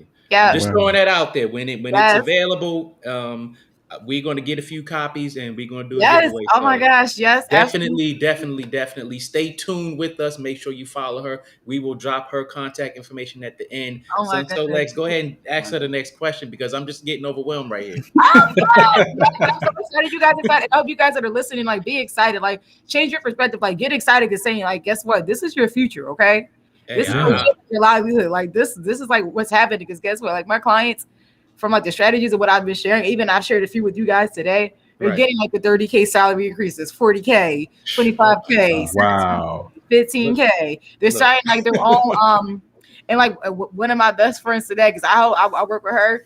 She Mhm. just earned her PMP certification back in December. She accepted a job Wow. at Under Armour today. Okay, starting in this field, and it's like, Congrats. congratulations. Heck yeah. So Shouts like out. so even like right there, what it shows saying like, yeah, like if you're unhappy, like you have the power to change this. Yes, But you gotta, definitely. of course, have the right steps. So have the right steps, of course. But yeah, Yes. it's like I encourage like everyone. It's like but I think it's also important too. It's like don't overwork yourself either. Like give yourself some time. So like in my book, I will say I also have a kind of, it's like a networking like job searching kind of calendar that you could follow. And on there, yes, I'm going to tell you take a break on Friday, like literally, like legit, take a break, okay? Like take a break, give yourself that time back and recharge, okay? Because Right. guess what? You guys have lives too. You guys have work, families. Life still happens. But I'm just telling you is don't forget to just take that time, even if it's like 30 minutes. Like it can make a big impact because you never know what's out there. Yes. Sabrina says yes. Yes, Sabrina.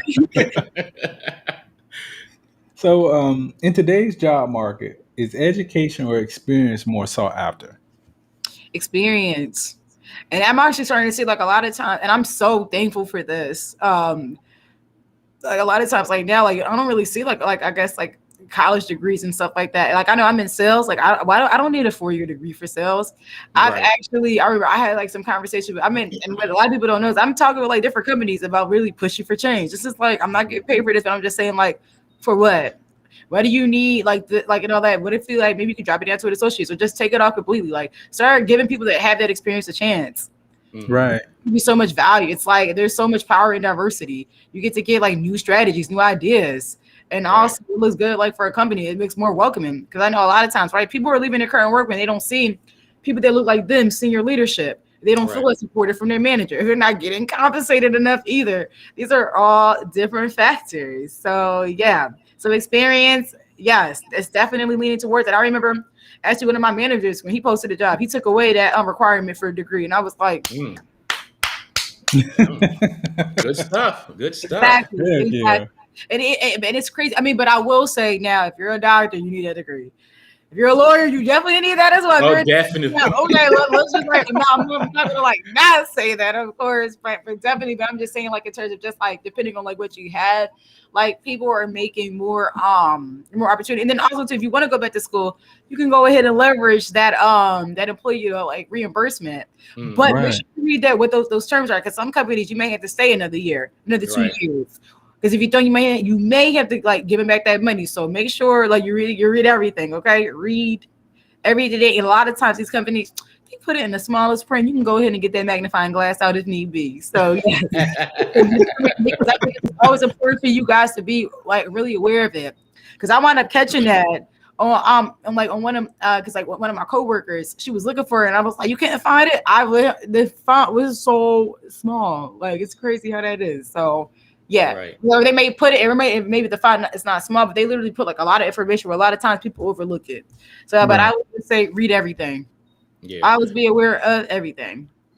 Yeah, you know, when it comes to education over experience, like I don't have a degree, and it was always jobs that I wanted, but I like literally 2 years ago, I applied to a position and it has become the best position of my life.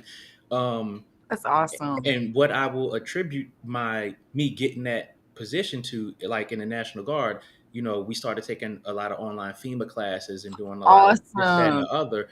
And I tell people all the time, because of that, look, go on the FEMA website and take these classes. They're free. Because I'm an emergency management coordinator, and it's like, that is a great career field to get into.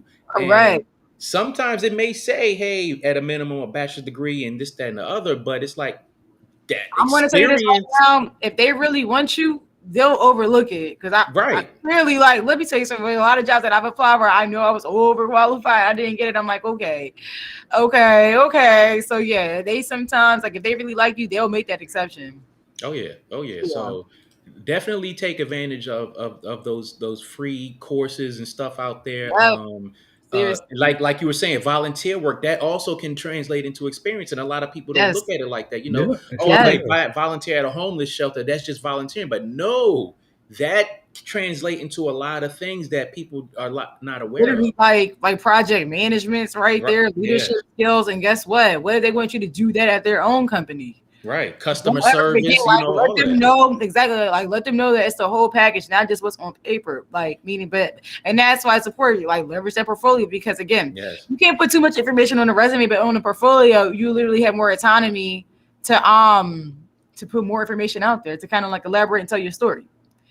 And so, because I would encourage you to literally include like upload your like portfolio. When you ever see like that additional information on there, you apply for jobs. That's when Right. you can do it. I mean, not to say like a CV is not important either, like, Mhm. but I would say if you just start thinking about that, even if it's like for like the job that you really want, literally do it for that. And I'm telling you, you will blow their minds. Yes. Right. So, Right. Yeah, definitely. So, um, what do you see as the biggest changes when it comes to the job market, such as how employers go about finding new employees, yeah. career-driven men and women? I mean, listen, people are leveraging Twitter. People are leveraging like people are I guess like going I guess like it's just like not what it once was, just for I guess like when in terms of just receiving applications, they're also getting active on LinkedIn. So like with LinkedIn, right? You can also All right. like I would encourage you guys to like join like some groups that are on LinkedIn, but we now have LinkedIn events. You can join like networking, things like that. That could be another way for you to get seen. And I would encourage you guys, like every month, y'all should be going on networking events. That type of thing. Try to find some career fairs where you can go to. There are like different websites that literally list. It's like I think it's like the National Career Fair website. It has everyone, and it's all virtual still, of all the different major cities, what the dates are, and always be aware of it. So I know like in Maryland they have like one for DC, Baltimore, like they actually have it actually separated and stuff like that. So I would definitely encourage you. But there are like, yeah, and then also too referrals. That's to understand the importance of referral. So you have some companies where like just because you apply, they don't have to look at it. Like honestly, they may not even get to it. But when you have a referral, they're guaranteed. They legit have to review your application. And so I would say, so when you are maybe networking, thinking about that, like if someone can give you a referral, that could be also like another way for you to get your foot in the door. So Yeah, well, I definitely got some people that I could have referred, but I was like, hell no, I'm not gonna so too, refer but your also, but ass. even be mindful that they're still taking a chance. So you make sure like be also like cognizant and do you like just yes, like don't just refer anyone either. Like I would say that as well. But also, but like I mean, if you do refer people do. I mean, it is a monetary compensation there too. So it's definitely a win-win for the situation. But you also just want to make sure that like, hey, is this the right person? Because guess what, you're still putting Yeah, there if they do get hired. Right. Definitely. That exactly. That was the biggest thing about me, not referring them because I hadn't worked with them in the past, and they showed me that they're not gonna be reliable, they're not gonna be honest, and right. Oh my goodness. But they're I'm not happy here for the you long know run. that. And the one thing I will say is this is still a candidate's market. Like right now, like a lot of candidates, like right now, if you are looking for job, like you guys have a lot of power right now. Okay. Like literally, like they have a lot of power. One of my staff at first even said it. He was like, "Oh my gosh, I can't stand this." They like only because it's like I remember like he lost a great candidate because he went to someone else. He found another great candidate, but I told him I was like, "Listen, Wow. literally, like you got to give them an offer they can't refuse him." Pretty much. It is like yeah. Yeah. And yeah, he was fine anyway. Like he's good. He makes more than enough. He's fine. Like I'm talking like when I say like something like I know staffing firms, there were still smaller size staffing firms that still generated over $1 million during COVID. That's Wow. what the industry was. That's Yes. phenomenal. Yes. Exactly. Yeah. So here's a big one. I know a lot of people, even back in our era of first jumping out there in the job field, and people coming out of college, and they get a degree in microbiology, but they end up working at Texaco or whatever the case may be. So, That's what okay. can newly graduated college students do to stand out amongst their peers, especially when it comes to, oh, you need experience, or whatever the case may be, what do they need to do to stand out amongst their peers? It's crazy because what I'm giving the same advice is literally what I did. So even before I got graduated, so I'm gonna I'll answer this in two ways. I'm gonna reference this for students that are currently in school. So right now for these students, so if you graduate in December, you should be going on interviews around September, October. And if you're graduating, well, a lot more students graduate during that time. But what I would say for you is, I would create a target list of companies you're interested in working at, like short-term and long-term, and literally start networking. Okay. So start, and I would say you can literally start asking about their current experience at their current jobs, and like learn the information, or learn what it takes to get there in their shoes. Have them review your actual resume. That's also another way for you to network, saying like, hey, like, oh my goodness, I would love to work here. Love learning to learn more about your experience. Like, is there a way, like, maybe can you review my resume, right? And again, a lot of times reviewing a resume is not going to take that long. Like, it honestly doesn't take long, because they can quickly scan and see like, hey, what stands out and what's needed. So I would say network, like legit network right now. That's the best thing what you can do, because you can learn so much. You like I know there was one young lady that I know. I met her off a Clubhouse, actually. I'm growing on Clubhouse. It's so cool. But on Clubhouse, she connected with me, and I was giving her advice and all. And I told her, I was like, girl, you're doing all the right things. Like, she's networked so much. She was able to land that job in her dream tech field, doing her dream world. Like, she's so happy. But I'm telling you, she was constantly, people wouldn't even answer her messages, but she was hungry. And I would say, if they don't answer it, keep it moving. You don't know, you may not be on, I guess, on social media like that. You don't know, but I would say, go ahead, copy that. It's just business. Copy and paste that message and give it to someone else. Like, the more the average is, and I guess I'm kind of speaking in terms of sales. Like, everything you know is a yes. Right. That's literally what the average is. I mean, like, if you are in sales. And so when you kind of take a look at it like that, don't take it to heart, I would say. But yeah, I think that that's the best thing of what they should do. And then I would say even take a look at, because sometimes they have different companies. They may have really maybe college hire, campus kind of recent college grad work programs as well. So you can start looking that to take a look at that. And then I would say again, the whole game is really to get them on the phone to talk to them. Okay, because that's honestly how you can sell your personality on it to become memorable. That's within a network, within a nutshell. So definitely do your research. So basically, research and networking. That's the best thing what they can do for recent college grads. And then also too, leverage your alumni. I love helping each other. Okay, I know. Shout out to all the House and Tigers that are listening. or even the high schoolers as well. Legit, start leveraging your alumni. That's a warm lead for you. Start leveraging, even you think about the role that you run. Years from now, you can literally look to HR and graduated maybe something like that, whatever. Guess what? They may have a ton of resources ahead of you, and they would, of course, people love helping like they're wrong. They really do. So, and then I will also say this too, think about maybe organizations and what they could join as well. Maybe in tech, accounting, whatever. Start leveraging and networking like that. And again, it could be a couple years older. Learn from them. Get that mentor, but I would say recurring check-ins. Yeah, because that's how you want to build that relationship. Yeah. Right. And to piggyback off of that question, because a lot of military people, if they go in at 18, they do 20 years, they retire around 40, 42. And that's okay. They're ready to go on the second career. Do you give them the same advice? Because I know, back when I first went in, it was when at 6 months, when you're about to get out, you need to start looking for a job. Do you think that's applicable still? Absolutely. But I will say, everyone they love veterans, they love military. So start leveraging that. I also know a few organizations that they're only working with military, vets and stuff like that. So there's a ton of resources out there. Absolutely. But yeah, do it earlier the better, for sure. Yes, definitely.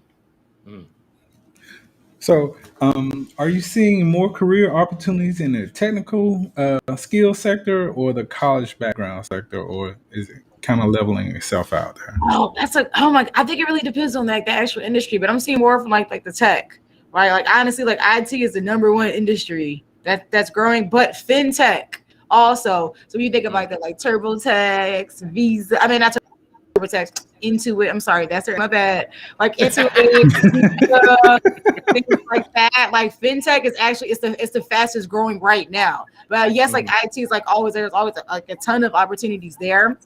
But fintech is the fastest growing. So yes. Wow. And Definitely then, just and then what's great is just depending on the industry, you could probably still do that same type of roles. If you guys are interested in I don't know, like account like something like that, you can like do it in all different industries and like, things like that. But I would say take that time and maybe learn about that industry. Maybe you can take right. a course. Like they have like sometimes free courses like and stuff like that. Literally at your access. Right. Just take the time to research articles. It's like when you guys are going into these interviews, it's like you want to go in knowing more than what they think you know. Like you should already be an expert. You should know like their competitors. You should know like why they were founded. You should ask us like literally thought like provoking questions. And then at the end, you should definitely ask, are there any reservations you have about my background? Go ahead and clear it up now. Like don't Wow. wait until after the like meaning because that literally like you just never know. Like legit, like you Right. never know because if they do have any concerns, if you wait till the last minute, like they would have already made their decision on you already. So yeah, so like yeah. Interesting. Mhm. Okay. Yeah. So what are some of the challenges that older job seekers face compared to the younger generation? Yeah, it's honestly like it's not fair at all. Like they look at like age saying like, oh, like they may not be able to like learn, I guess like adapt quickly to this. And I just think that like it's not fair at all. I just think that it shouldn't matter, like meaning like your gender, your demographic, it shouldn't matter. If you're a great person, like meaning if you're a great candidate, then that should be applicable. So yes, I've definitely taken off certain years with certain resumes. I've done it before because I'm saying like, yeah, I don't want them to like to really discriminate against you. I don't do that at all, like honestly. And that's why I think it's important only putting that relevant years of experience on there. Right. Because when you have maybe too long of a resume, well, one, a lot of things can be perceived that hey, they might even be able to pay you. Like meaning like maybe you might be overqualified. So that could be kind of like sometimes like a misconception as well. So I Yeah. would say definitely be like very strategic. But yeah, I'm starting to see like now more and more people are finally starting to be open. Hmm. And so I guess like those like yeah, like the older job seekers, because there's always going to be opportunity. And what's also cool is listen, y'all could do some jobs remote, okay?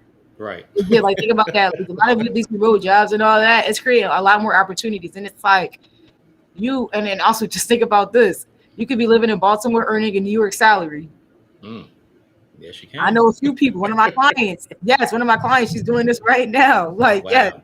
exactly. Exactly. So just like think about that as far as open opportunities, and at least you won't face all of those, I don't know, like just all those like a lot of like misconceptions in the office. So yeah. Right. Mhm. Yeah, that was definitely one of the things I learned, earlier in my working career, is that you have to be able to adapt. Yeah. And the sooner you adapt, the better off you are. Yeah. I remember our HR lady came down when I worked at one place that was a manufacturing plant for trains, and Hmm. she basically, told the whole factory, "Hey, we're moving to lean manufacturing, so Yeah. everyone's gonna have to adapt." And I remember, heck yeah, bring it on, let's do it. Right. And I there love were that so mentality. That's good. That's there are good. so many older cats that or cats that they just did not want to adapt, and some of them quit and some of them actually got Right. fired because Yeah. it's I was that about to say serious. You have like to adapt. if you can't, because like there's always going to be changes that happen. If you're not like you will get weeded out. Like, yeah. Hmm. So I agree on that 100%. Yeah. And while we were talking about that uh people have to take a lot of responsibility when it comes to their career progression because you know Yeah. older candidates are in certain industries are not looked at as highly favored as younger candidates. But Right. if you stay current on whatever today's technology is, Right. you are better Yes. positioned to compete with them. And it could be the simplest thing, because a lot of people get on me because, oh, you all like all this tech stuff, this, that, and I'm like, You need to. Yes. If you know, because back when we were growing up, you had the Jetsons and they had all that tech and stuff and all Oh this that and the yes, other. I watched So yeah, I relate the job market to that because it's yeah, like that's where we're going. So if yeah, you don't get up where that is as an older candidate, you are really going to be left behind. Heck exactly. yeah. Like, and if you think about it too, it's like even like with like COVID and stuff like that. I was telling people like who were starting their businesses and stuff like that. I'm like, if you guys don't have like a right like plan and stuff like that, it's kind of like what side you want to end on, like the winning side or like that like losing side. Not to say like losing in a bad way, but it's Right. like you're not going to get like I guess like you're not going to be able to like reach those goals and stuff like that if you're not able to adapt. So I get that 100%. Yes. Mm-hmm. Yeah. Oh, I love this. I'm having such a great experience here. So this is I mean, awesome. it's great having That's you what's on up. here. I mean, Heck look. Yeah, yeah. oh, I can't wait. I'm definitely coming back. We gotta do a part 2. Oh yes, please, Yes, please we didn't come even back. talk about even like and breaking down like interview when I do like the next workbook as well, like breaking down like interview. Like then I'll come back with the third book that I come out with, which will be like, I got the Hey. job now. What literally which I'll say it's like, hey, like what you need to do to be successful. We Like are here that, for it. like We are the here Heck for it. yeah. coaches and stuff like that. So definitely this is ongoing. And shout out to everyone that's listening, staying with us. Yes. This is Thank you for everybody awesome. that's tuning in and staying with us and you know, you know, interacting and all that. We definitely appreciate it. I'm glad that, you know, she is dropping these jewels on an old head like myself because Dropping hey, gems, yes. Tiara's dropping I'm, gems. Like taking off my crown and giving them to y'all. The hey, gems. look here. I don't That's what's mind up. learning. I don't mind Heck learning. no, I love it. Oh Especially when we have a very energetic resource that on here with us. yes. So Oh yeah. look, It's crazy. Like with my personality, I used to get this all the time. Like I used to get hired off my job off my personality, and it's like I can't even duplicate this. Like this is just who I am. I've always been happy. Like even as a child, my dad is like, "You're like a social butterfly." That's what he used to call me at 5. But one thing I will say, but also at 5 years old, just a little bit also about my background. I wouldn't even eat dinner unless my homework was finished. Like I oh put that wow. responsibility on myself. So Mhm. yeah, I know I was. Jeez. My grandma always said I was going to be a little bit different, and she was right. Hey, Like she's definitely right. I am different. you So are rocking it. You are rocking it. yes, it is. Yeah, after our first initial conversation with you, me and Soul Toucher were talking about your energy. Like, wow, our energy is off the charts, man. You can feel it Yes. on the other end of our podcast. Yeah, because it's always genuine, like it is. But Right. yeah, it's like I love like when I get those calls saying like, "Oh, T, like I got a job." I'm screaming with you. I had with one client. She loved me so much.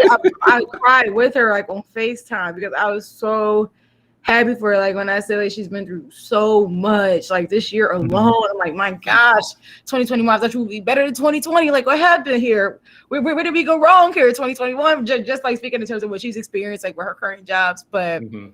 when she Right. called me, she's literally like relocating across the country, like 40K. Like I'm like, it's a blessing. Like it's a blessing just like to impact a lot of people. Like that's what I love. Like this is it. Yeah.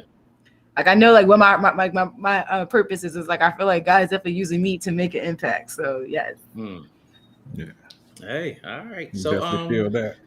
we got another question for you. Oh, a couple more questions. Let's go. What sectors of the job market needs the most workers coming up in the near future? I know you said a lot of them, but if you could say the top 5, let's say top 5, what would they be? All right. So okay. So when we think about terms of what it mean in the summertime, so you guys know how like Black Friday and stuff like that comes up. So if you ever like are looking for kind of like that commercial side, so like we're in like warehouses and stuff like that, they do their hiring right now actually. Mhm. For those Mhm. those contracts, you're going to see like a huge like influx of that, like Cyber Monday, Right. things like that. I'm also going to say healthcare. There is like a ton right now of opportunities in healthcare, like whether you're from like nursing, healthcare management. That's becoming huge. And then also, so listen, there's this thing now that's called customer success. Customer Mhm. success is huge. So you actually started off as in tech, but now other industries are adapting to this. And when you think in terms of customer success, you're literally teaching them basically how to either use your product correctly. So it's kind of like it's not even sales. It's basically more of like training and all that. And what I would Right. also say project managers. Project managers are huge. Or program managers as well. Scrum masters. There's becoming a huge need. And then also diversity and inclusion within HR. Mhm. there are a ton of opportunities, okay, for that alone. Just to so yeah, if you guys are like ever even interested in pivoting, we could definitely have a conversation offline because Oh, I can definitely share okay. it because I'm helping people like pivot into those sectors as well, like right now. So Mhm. Hey, y'all heard it. Y'all heard it. Y'all heard yes, it. Y'all heard it. Yep. So You got the look, invitation right here. got the exactly. invitation. Yeah. Yeah. But this has been great. Do you have any other uh jewels of encouragement or anything that you want to impart on the people? Always. Yes, all right. I just want you guys to just understand that, like, hey, you guys are than enough. Okay. So if you're not happy, you have the power to improve, like, and to improve this situation. But I will also say is like take that kind of control into your own hands. Like learn from my mistakes where I remember HR told me one thing versus my manager told me that literally was part of the reason why I got overlooked for all those jobs. They literally told Right. me conflicting things, and that was part of the reason why I didn't get like where I wanted to be at that time. And so I would say is like make sure you do your own due diligence, but don't forget to network is your net worth. Yes. And so like when you like Mm-hmm. within this workbook that I'm coming out with, I'm really gonna be sharing LinkedIn secrets that my coworkers don't even know. They don't Oh even wow. know. Again, I learned this before I joined. Dang it. I learned this before I joined LinkedIn. Mm-hmm. Like I looked at it, I'm like, well, wait a second. So yeah, but it's really important for you Mm. guys to be like strategic and always think about your next plan, like your next step. Always like literally think about like what the future holds for you as well. And so yes, like you Yeah. could be like applying for jobs right now, short term, but long term, I want you to start making those connections for your dream jobs or what you really want to work at because it's definitely obtainable. Like I know Mm. people, like one of my friends at Google, tried to Google 10 times and they finally accepted him. Okay, Oh like so wow. don't ever stop. Wow. This is something that you really want to do. You start to get roadblocks and all that. So like, listen, if you guys are if you're not making it past, of course, like if you're not getting to the interview process, and that means that your resume needs to be worked on. If you're not, maybe you have to brush up on our interviewing skills. Okay, like I would say, like don't ever sell yourself short and continue to keep learning and stuff like that because this is all going to make you credible. Seriously, and I would say don't ever Mm. forget your value proposition for yourself. Right. You need like what? So like what can like soul do that I can't? You know, what makes it stand out? What makes them a perfect fit over me? Like right, like meaning like it's that. I'm telling you this right now. I don't like blood, so there's that. I literally squeeze. So I'm like, ugh. No, I thought it was enough. And I was 5. I was like, oh yeah, charcoals are cool, but it's a movie, not in real life. So yeah, Oh but wow. even that, and I would That's say too it's like funny. don't Too be funny. afraid, but but don't be afraid to put yourself out there. So when I say professionally slide into these DMs, don't be afraid to do that, okay? Yeah, you Because heard it. that's what, like you never know. It's literally like I had a consultation today. I shared her some of like my strategies. She got a call back. She literally reached. We reached out at 10 a.m. this Mm-hmm. morning. They were like, yeah, we want you to interview. They want her to like apply and interview on Friday. So it's like, yes, you never know. And that was literally her. She didn't even apply yet, but she professionally slid in the DMs. So yeah, That's what's up. Wow. Look, that is something that I would have never, ever, ever thought to do. But No, Mhm. not I'm at all. glad that you threw that information out there Yeah, because I will definitely, yeah. definitely think about doing that. Absolutely. Like I know on LinkedIn they Yeah. also have voice memos, so that adds a personal touch now. You can do videos. But of course, keep it professional. I gotta always say that as well. Listen, like let's not get over it. Like Right, right, right, right, right. let's not do that. But also I want to tell you guys this too. Like, sometimes people also look at passive candidates, meaning if you're not even applying for jobs, because sometimes Oh yeah. okay, I will say this too. Not to say for people that are actively looking right now, still encourage you, but just understand that we don't always know, meaning like from our side, like could you really be applying, like were you really not saying like good at your job, but were there like other like I guess ongoing issues? And sometimes they also take passive candidates into consideration too to reach out to. So like if Mm. you're thinking in terms of like it was like maybe like C-level execs and stuff like that, C-level Mhm. execs, it's what we call executive, like by like executive search and staffing firms. What they do, they legit only reach out to where it's like director levels up. They only reach out to people that are currently working because they're Mm. saying like, hey, they're good at their job. That's who we want. So it's all about you understanding that like that perspective as well too. So Wow. yeah, yeah, it's like And I would say like there's just like no one way to get a job. I'm just sharing different strategies that I know that have helped me and that's helping like my current clients right now. So it's like, yeah, I know it's going to be successful, but you got to be comfortable with being uncomfortable. So that would be like the last thing I say. Yeah. Before I throw your contact information up and before we Yes. close out, I just want to uh big you up. Because maybe some people didn't come on at the beginning. This young lady at 28 years old, has vast experience in increasing revenue, reducing expenses, and developing brand strategies for Fortune 500 companies, including Enterprise Holdings, PepsiCo, Kelly Services, and LinkedIn. With all the knowledge acquired from these large companies, Tiara has an exemplary record in equipping small businesses with compelling strategies, structures, and systems optimized to drive sustained success. At 28 years old, Yes. and to do what you do, enhancing recruiting and branding strategies for over 140 staffing firms. Yes. Let me That tell you is something. I'm going to brag incredible. on you for you because that type of accomplishment at that age makes my heart swell. Oh, Um, I'm gonna start like tearing up. It's like, so listen. look, I'm gonna be with you. I'm gonna be with you though, Okay. because um, Uh-huh. because look, that is such a big accomplishment for a young woman of your character, and No, I thank you give so you much. Like it's crazy. so many props for that. It's I like just I'm pushing for so much change because it's just I've been through so much, even like with my own career journey, and it's like I just wish that when I lost like my grandparents, I wish that they could see this as well. So it's like when I say Swing Solutions, it's like I'm getting tearing up because it's literally hey, I'm like honoring them as well because yes, like yes, like even like in Philadelphia, I remember like my grandma literally pushed for like kids to have like a recreation center because they didn't have it because there was like a lot of violence going on in the Uh-huh. 70s and stuff like that. And so it's like I just wish, but I know that they're watching now in spirit. But yes, I just know that this is only the beginning. It's like I have like a lot of big ideas. It's like I'm literally like I just gained a black owned restaurant. I'm going to show them how they can leverage their brand. Like yes, literally, like I'm talking about going live, giving nutritional facts. Like they're going to be doing that soon, basically. But yeah, yes, and it's like I want this to be fun too. Like this is like everyone's future and stuff like that. So, and it's crazy because I'm still humble. Like I just think that like man, like yeah, this is all cool, like on paper and stuff like that. But I just know that like that this is just only the beginning for me for like what I Yeah, yes, want to definitely. do. yes, I like to help yes, a lot of people. yes. Like I Look, want to open up a career center one day too. So it's definitely hey, happening. you Yeah. you got that. You got Oh, it. Heck Oh, yeah. look, Easy. thank you, I Lisa. bow Thank down you. to you. Look, I Oh, applaud you. I salute you. Keep doing what you're doing. thank you so Do much. not stop. Yes, because like yeah. Sabrina says she is Oh, amazing. thank you. It's like listen, a lot of people don't Lisa know like says they are watching over you, um, Tiara.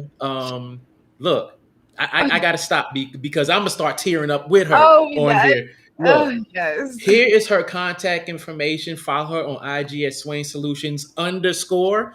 Her Yes. website is solutionsbyswain.com. Her email address is tiara at solutionsbyswain.com.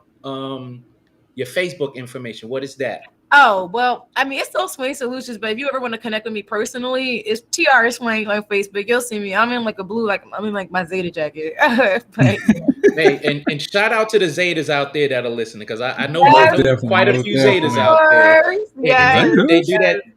oh, and Did I then I do it also right? yes, you did. Oh my gosh, you did it right. And then also I I want to told you say I know some Zetas out there. yeah, and I also want to say shout out to my puppy Waffles because Waffles in the house. I didn't know how he was going to handle this live, honestly. So Hey, I thought he's gonna be off the chain for real, me for real. too. He was acting a little crazy 2 hours ago now. So he's getting sleepy now. So Yeah, he looks sleepy. He looks real good, sleepy. good.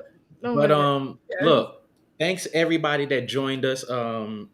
Everybody that tuned in, stayed with us, interacted. Thanks, Tiara, for coming on with us and No, thank you guys so giving much. all I of this appreciate great information. Please come back. please let us know definitely. when your Please come book back. is ready. Look, It's literally a calendar invite. Okay, you tell me when you're yes, ready, and I will come back anytime. yes. So That's what's When up. is this workbook going to be ready?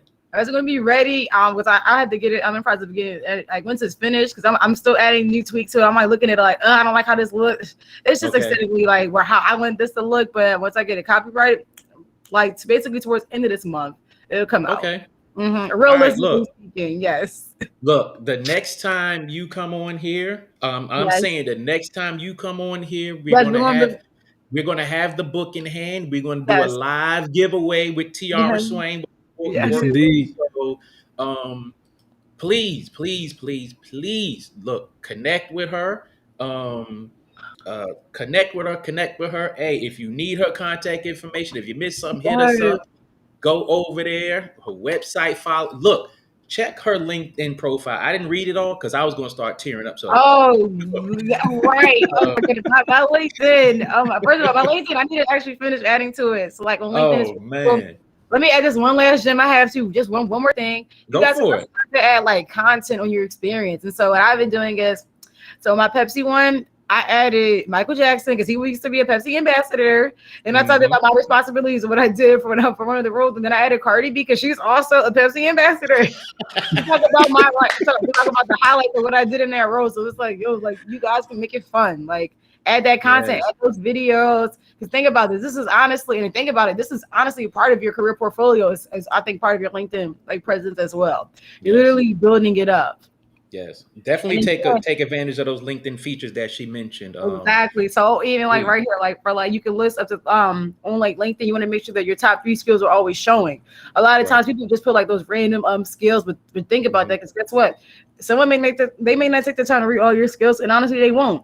Because on average, if it only takes 6 seconds for them to determine if you're a good fit or not, you want to make sure that all the right information is there. So hey, I would also encourage you guys to collect those recommendations of those credible research, like of those credible sources as well. All this literally is going to help you stand out versus these other candidates, because you never know like where you do stand out versus other candidates. You don't know. And so again, like you can only control like from like your own profile, your own resume, your own brand.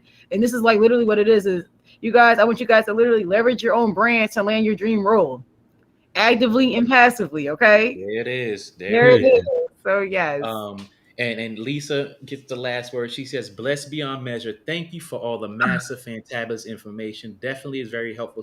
For so many, continue to be a blessing." Listen, God is good. It's like it's like it's crazy because I finally know like what my purpose is, and it's like it's crazy. Everyone I work with, they all believe in God, which is, and then even if like you don't know, I just want to stress it's like you need to make sure you have that foundation, because you are going Yeah. to have some dark nights, like legit crying, like tears, upset, angry at work, and all that. But when you literally start to just you gotta like pray it out, do what you gotta do, okay, and then come back and reset. Okay, but don't forget that he's still in control too. Don't forget that. I'm just gotta like throw that out there so he's listening too. I said that. So There it is. Hey, yes. with that being said, we want to thank our guest, Tiara Swain. Thank Yes. you Um, so Thank you much. again, so very much. Thank you again, so much for coming through. follow her on every platform. She said, hit her up. You got questions, she got answers. Definitely go to our website The solution and you. check it I always out. have a solution for you. I always have a Got a solution solution. for you. Yes. Oh yeah, look. And with that being said, it's me, so touching the pole with my brother Son Soul X. and Tiara Swain. It's the King and I Life podcast. Thank y'all for joining us. We are out of here.